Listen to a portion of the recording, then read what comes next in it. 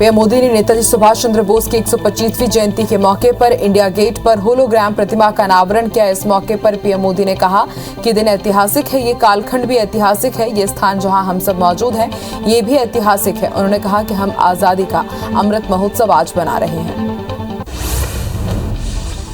PM Modi ने कहा कि नेताजी ने बड़े आत्मविश्वास और बड़े साहस के साथ आजादी की लड़ाई लड़ी। उन नेताजी की भव्य प्रतिमा डिजिटल स्वरूप में इंडिया गेट पर स्थापित हो रही है। जल्द ही इस होलोग्राम की जगह ग्रेनाइट की प्रतिमा लगेगी। ये प्रतिमा आजादी के नायक को देश की तरफ से कृतज्ञ श्रद्धांजलि है। नेताजी सुभाष चंद्र बोस की भव्य प्रतिमा के अनावरण के मौके पर केंद्रीय गृह मंत्री अमित शाह ने कहा कि नेताजी की भव्य प्रतिमा लगाने का निर्णय मोदी जी ने लिया है। ये प्रतिमा देश की आने वाली पीढ़ियों को पराक्रम, देशभक्ति और बलिदान की प्रेरणा देगी। ये प्रतिमा देश के करोड़ों लोगों के मन के भाव की अभिव्यक्ति होगी। कांग्रेस के पूर्व अध्यक्ष राहुल गांधी ने मोदी सरकार पर हमला बोलते हुए आरोप लगाया कि देश में 4 करोड़ से ज्यादा लोगों को गरीबी में धकेला गया है और सिर्फ हमारे 2 के लिए विकास किया गया। उन्होंने कहा कि 4 करोड़ भाइयों और बहनों को गरीबी में धकेला गया। गाजियाबाद में उत्तर प्रदेश के मुख्यमंत्री योगी आदित्यनाथ ने विपक्ष पर निशाना साधते हुए कहा कि कोरोना कालखंड में कांग्रेस, सपा और बसपा मैदान से गायब थी। सिर्फ केंद्र और राज्य सरकार के साथ बीजेपी के कार्यकर्ता लोगों का जीवन बचाने के लिए जद्दोजहद कर रहे थे। जो संकट के समय आपका साथी नहीं तो उस व्यक्ति को आप चुनाव के समय अपना साथी कैसे चुन सकते हैं। 14 जनवरी से 21 जनवरी के बीच देश में संक्रमण की तीसरी लहर अपने चरम पर पहुंचने की संभावना है। भारतीय प्रौद्योगिकी संस्थान मद्रास के प्रारंभिक विश्लेषण में ये जानकारी दी गई है। आर वैल्यू बताती है कि एक व्यक्ति कितने लोगों को संक्रमित कर सकता है। यदि ये दर 1 के नीचे चली जाती है तो ये माना जाता है कि वैश्विक महामारी समाप्त हो गई है। देश के उपराष्ट्रपति वेंकैया नायडू कोरोना वायरस से संक्रमित हो गए हैं। कोरोना की पॉजिटिव रिपोर्ट आने के बाद उन्होंने 1 हफ्ते के लिए खुद को आइसोलेट कर लिया है। उपराष्ट्रपति के आधिकारिक ट्विटर हैंडल से उनके संक्रमण होने की जानकारी साझा की गई। लता मंगेशकर अभी भी आईसीयू में ही हैं। उनके स्वास्थ्य में सुधार हो रहा है। उनका इलाज कर रहे डॉक्टर्स ने ये जानकारी दी है। बता दें कि लता मंगेशकर को कोरोना के हल्के संक्रमण के साथ 8 जनवरी को मुंबई के ब्रीच कैंडी अस्पताल में भर्ती कराया गया था, जहां उनका इलाज जारी है। दिल्ली में रविवार को कोरोना वायरस संक्रमण के 9,197 नए मामले सामने आए हैं। इतने ही वक्त में 34 और लोगों की महामारी से मौत हो गई। वहीं संक्रमण दर घटकर 13.32% हो गई है। महाराष्ट्र में आज 40,805 नए मामले दर्ज किए गए हैं। राज्य में सक्रिय मामले बढ़कर 2,93,305 हो गए हैं। वहीं 44 लोगों की कोरोना संक्रमण के चलते मौत हो गई है। मुंबई में आज कोरोना के 2,550 नए मामले दर्ज हुए। मध्य प्रदेश में आज कोरोना के 11,253 नए मरीज मिले हैं, जबकि 8 मरीजों की मौत हुई है। इसी के साथ प्रदेश में एक्टिव मरीजों की संख्या बढ़कर 67,136 हो गई है। 5,497 मरीज डिस्चार्ज होकर अपने घर लौटे हैं। मध्य प्रदेश में आज 20,749 लोगों का वैक्सीनेशन हुआ। छत्तीसगढ़ में कोरोना के मामलों में कमी आ रही है। प्रदेश में कोरोना के आज 3,881 नए मरीज मिले हैं और 11 मरीजों की मौत हुई है। रायपुर में 1,018, दुर्ग में 790, बिलासपुर में 250, राजनांदगांव में 142 नए मरीजों की पुष्टि हुई। एक्टिव मरीजों की संख्या बढ़कर 31,990 हो गई है। 3,021 लोग स्वस्थ होकर आज अपने घर लौटे। मध्य प्रदेश में नए वित्तीय वर्ष के लिए 1 अप्रैल से नई आबकारी नीति लागू की जाएगी। अब सिर्फ 17 जिलों में ही शराब दुकानों की नीलामी की जाएगी, जबकि बाकी जिलों में पुराने ठेकों का ही नवीनीकरण होगा, बशर्ते ठेकेदार सरकार की ओर से तय राशि पर सहमत हो। छत्तीसगढ़ में आने वाले 5 सालों में रोजगार के 12 से 15 लाख नए अवसर तैयार करने का ऐलान सरकार ने किया है। इसके लिए छत्तीसगढ़ रोजगार मिशन का गठन भी कर दिया गया है। सीएम हाउस में मुख्यमंत्री भूपेश बघेल की अध्यक्षता में इसकी पहली बैठक की गई, जिसमें मिशन के स्वरूप और कामकाज के प्रारूप पर चर्चा हुई। डीजी सीआरपीएफ और एनआईए कुलदीप सिंह 1 दिवसीय प्रवास पर रायपुर पहुंचे। उन्होंने मुख्यमंत्री भूपेश बघेल से मुलाकात की। पुराने पीएचक्यू में नक्सल को लेकर हुई अहम बैठक में नक्सलियों के खिलाफ चलाए गए अभियानों पर के साथ ही आगे संचालित होने वाले अभियानों की रणनीति पर बातचीत हुई। नारायणपुर पुलिस को बड़ी सफलता मिली है। पुलिस ने तोयामेटा के जंगल से एक नक्सली को गिरफ्तार किया है। नक्सली का नाम पंडरू पदामी बताया जा रहा है। ये 7 जवानों की हत्या समेत कई वारदातों में संलिप्त रह चुका है। इंदौर के कई इलाकों में चाइनीज मांझे बैन होने के बाद भी धड़ल्ले से बिक रहे हैं। इसी की चपेट में आने से एक युवक के गले की नस कट गई, जिसे गंभीर हालत में एमवाई अस्पताल में भर्ती कराया गया। फिलहाल युवक की हालत पहले से ठीक बताई जा रही है। पुलिस अज्ञात लोगों के खिलाफ केस दर्ज कर जांच में जुटी है।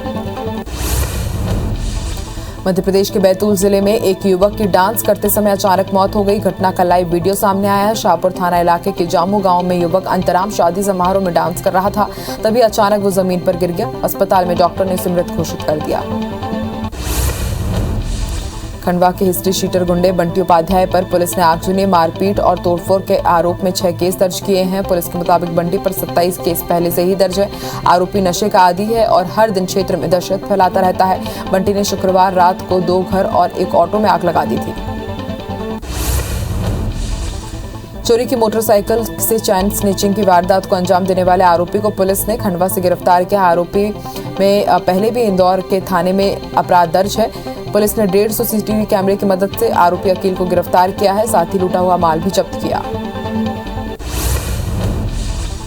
शहर के व्यस्त चौराहे पर ये व्यक्ति काफी देर तक हवा में क्रिकेट बैट लहराता रहा। अकेले ही बीच सड़क पर क्रिकेट बैट घुमाकर लोगों को परेशान करता रहा। एक व्यक्ति ने सोशल मीडिया पर उसका वीडियो वायरल कर दिया। आसपास के लोगों ने बताया कि व्यक्ति पिछले कई दिनों से इसी तरह राह चलते लोगों को परेशान कर रहा है। रीवा के कांढी गांव में हत्या के आरोपी को पकड़ने गई पुलिस पर हमला हो गया है, जिसमें थाना प्रभारी सहित 6 पुलिसकर्मी को चोट आई है। हमले के बाद 3 पुलिसकर्मियों के मोबाइल के साथ 5000 रुपए भी लूट लिए गए। वहीं पुलिस ने केस दर्ज कर आरोपियों की तलाश शुरू कर दी है। जांजगीर चांपा के डबरा पुलिस ने चाकू से जानलेवा हमला करने वाले 3 आरोपियों को गिरफ्तार किया है और आरोपियों को न्यायिक हिरासत में जेल भेज दिया गया। पुलिस के मुताबिक डबरा की शराब दुकान में शराब पीने के दौरान बदमाशों ने शख्स पर हत्या की नीयत से चाकू से हमला कर दिया।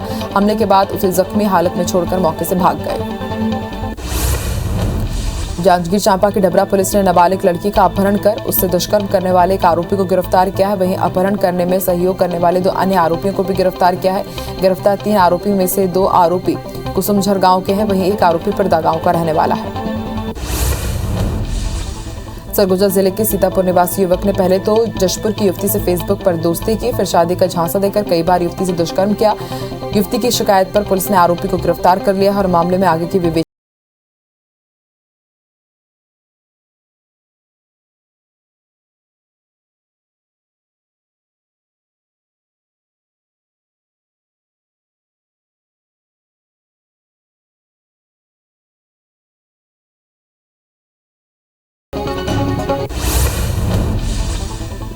बस्तर संभाग के 3 जिलों में एक ही दिन में 100 से ज्यादा पॉजिटिव मरीज सामने आए हैं। कोरोना के बढ़ते मामलों के बीच अब मौत के मामले भी बढ़ने लगे हैं।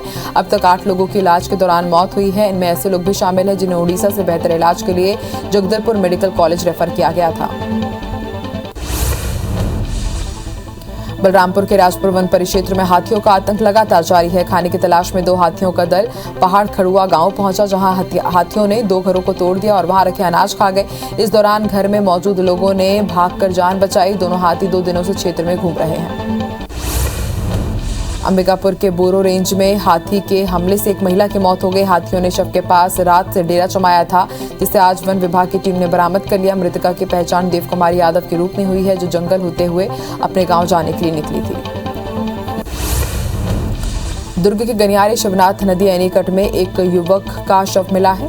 मृतक की पहचान विकास गुप्ता के रूप में हुई, जो वैशाली नगर थाना क्षेत्र के राजीव नगर का रहने वाला है। पुलिस मामले की जांच कर रही है। चित्रकूट के परपा थाना क्षेत्र के बड़े मोरेंगा में पुलिया के नीचे एक अज्ञात महिला की लाश मिली है। सुबह कुछ ग्रामीण नहाने के लिए पुलिया पहुंचे थे, तभी लोगों ने महिला की लाश देखी। मौके पर पहुंची पुलिस ने शव को पोस्टमार्टम के लिए भेजकर जांच शुरू कर दी है। कवर्धा में जल आवर्धन योजना के तहत नए वाटर फिल्टर प्लांट के लिए 3 साल पहले काम शुरू किया गया था, जो अब तक अधूरा है। लोगों का कहना है कि शहर में पाइपलाइन विस्तार किया जा रहा है, लेकिन 3 साल बाद भी ये काम पूरा नहीं हो पाया है। इधर करोड़ों की लागत से बने सीसी रोड को जगह जगह से खोदा जा रहा है।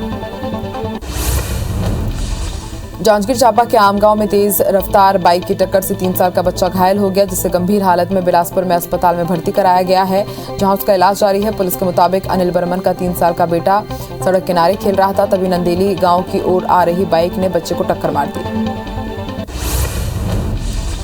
जांजगीर के ओरेकला गांव में शराब पीने के लिए पैसे नहीं देने पर शराबी भाई ने भाई की पिटाई कर दी। आरोपी भाई ने मारपीट करते हुए घर के सामने ट्रैक्टर में तोड़फोड़ की। वहीं सूचना मिलने पर मौके पर पहुंची पुलिस ने आरोपी को गिरफ्तार कर न्यायिक रिमांड पर जेल भेज दिया है।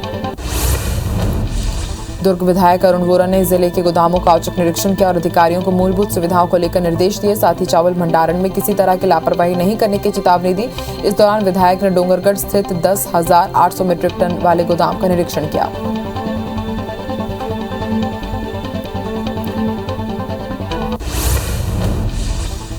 गोरेला पेंड्रा मरवाही के नए कलेक्टर ऋचा प्रकाश चौधरी ने तहसीलदार समेत डिप्टी कलेक्टर का ट्रांसफर कर दिया है। कलेक्टर ने गोरेला तहसीलदार प्रफुल्ल रजक को कलेक्ट्रेट में पदस्थ किया, जबकि उनकी जगह पेंड्रा के तहसीलदार इंदिरा मिश्रा को गोरेला की जिम्मेदारी दी गई है। बलरामपुर में साप्ताहिक बाजार बंद होने के बाद छोटे व्यापारियों ने विरोध प्रदर्शन करना शुरू कर दिया है। राजपुर साप्ताहिक बाजार के सामने सभी छोटे व्यापारियों ने धरना प्रदर्शन किया, साथ ही सभी के लिए बाजार खोलने की मांग की। कोरोना के कारण कलेक्टर ने साप्ताहिक बाजार में सिर्फ फल और सब्जी वालों को अनुमति दी है। लोरमी के अचानकमार टाइगर रिजर्व के दैनिक वेतन भोगियों का आंदोलन और तेज होता चला जा रहा है। पिछले 4 दिनों से आंदोलन कर रहे दैनिक वेतन भोगी कर्मचारियों ने वस्त्र उतारकर विरोध प्रदर्शन किया। असल में अपने 6 महीने के लंबित वेतन भुगतान को लेकर ये 311 कर्मचारी बीते 20 जनवरी से लगातार आंदोलन कर रहे हैं। मध्य प्रदेश के गृह मंत्री डॉक्टर नरोत्तम मिश्रा इन दिनों दतिया दौरे पर हैं। यहां वो वार्ड जाकर आम नागरिक का हालचाल जान रहे हैं और उनकी समस्याओं के बारे में सुन रहे हैं। इस दौरान उन्होंने राजघाट कॉलोनी स्थित पुराने केंद्रीय विद्यालय में प्रधानमंत्री आवास की दूसरी किश्त की राशि का भी वितरण किया। ग्वालियर में IBC 24 की खबर का असर हुआ है। खबर दिखाए जाने के बाद मोहना में अवैध शराब माफियाओं के ठिकानों पर कार्रवाई की गई। टीम ने 3000 लीटर लहान, 500 लीटर अवैध कच्ची देसी शराब को मौके पर ही नष्ट किया। वहीं शराब भट्टियों को JCB मशीन से तोड़ा गया। हालांकि सभी आरोपी मौके से फरार हो गए। रीवा में PWD विभाग में पदस्थ टाइम कीपर पन्नालाल शुक्ला के घर पर EOW ने दबिश दी। EOW की 25 सदस्यीय टीम ने कार्रवाई की है, जहां से अब तक कई जमीनों के दस्तावेज बरामद हुए हैं। टीम को आय से अधिक संपत्ति की शिकायत मिली थी। खरोरा में बीते दिन एक बुजुर्ग से 50,000 रुपए की लूट कर भाग गए अपराधियों को पुलिस ने पकड़ लिया है। पुलिस ने आरोपियों से 20,000 रुपए नकद बरामद किए हैं। बता दें कि बुजुर्ग तेजराम देवांगन खरोरा ग्रामीण बैंक से राशि निकालकर घर जा रहे थे कि तभी लुटेरों ने उन्हें लूट लिया था। जिले के अलग अलग थाना क्षेत्रों में 24 घंटे के अंदर आज 4 बच्चे अचानक लापता हो गए, जिसके बाद हड़कंप की स्थिति बनी हुई है। बच्चों के परिजनों के अलावा पुलिस भी उनकी तलाश में जगह जगह ढूंढ रही है। लापता हुए 4 बच्चों में से एक बालिग है, बाकी की सब नाबालिग हैं। पुलिस सभी बच्चों की गुमशुदगी रिपोर्ट दर्ज करने के बाद उनकी तलाश में जुटी हुई है। ग्वालियर पुलिस ने जिला बदर बदमाश को अवैध शराब बेचते गिरफ्तार किया है। बदमाश के खिलाफ 5 महीने पहले जिला बदर की कार्रवाई की गई है। बदमाश को पुलिस ने नोटिस देकर राजस्थान के धौलपुर तक छोड़कर भी आई थी, लेकिन बदमाश चोरी छिपे शहर में आकर अवैध शराब बेच रहा था। नीमच कृषि उपज मंडी में चोरी का मामला सामने आया, जहां सोयाबीन की बोरी चुरा कर ले जाते चोरों को मंडी गार्ड ने पकड़ लिया है। चोर बाइक से बोरी को ले जाने का प्रयास कर रहे थे। मौके पर पहुंची पुलिस ने दोनों चोरों को पकड़कर बघाना थाने में जाकर कार्रवाई की। भोपाल के करीब 40% इलाकों में आज और कल पानी की सप्लाई बाधित रहेगी। निगम ने पाइपलाइन में इंटरकनेक्शन के लिए 24 घंटे का शटडाउन किया है। लिहाजा कोलार जल प्रदाय परियोजना से जुड़े इलाकों में पानी की किल्लत होगी। भोपाल के वन विहार नेशनल पार्क में अब टॉय ट्रेन भी दौड़ेगी। 12 मीटर ट्रेन में छोटे बड़े 12 टूरिस्ट बैठ सकेंगे। उन्हें 45 से 50 मिनट की सैर के लिए 50 रुपए चुकाने होंगे। ट्रेन में बैठे बैठे ही टूरिस्ट जानवरों को दीदार कर सकेंगे। 3 दिन के ट्रायल के बाद 26 जनवरी से इसकी शुरुआत होगी।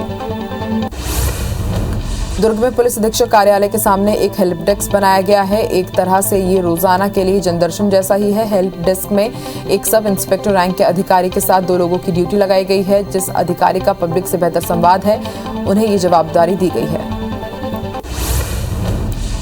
गरियाबंद में इस बार गणतंत्र दिवस पर कोविड गाइडलाइन का पालन करते हुए कार्यक्रम का आयोजन किया जाएगा। वहीं राष्ट्रीय ध्वज को सलामी देने के लिए 2 प्लाटून के 100 से ज्यादा जवान बीते 5 दिनों से पुलिस परेड ग्राउंड में अभ्यास कर रहे हैं। 26 जनवरी को प्रभारी मंत्री अमरजीत भगत ध्वजारोहण करेंगे। बलरामपुर जिले के राजपुर वन परिक्षेत्र के ग्राम पंचायतों में हाथियों ने जमकर उत्पात मचाया। हाथियों द्वारा आतंक मचाने के लिए, घरों को तोड़ने के लिए और फसलों को नुकसान पहुंचाने से ग्रामीण बेहद भयभीत हैं।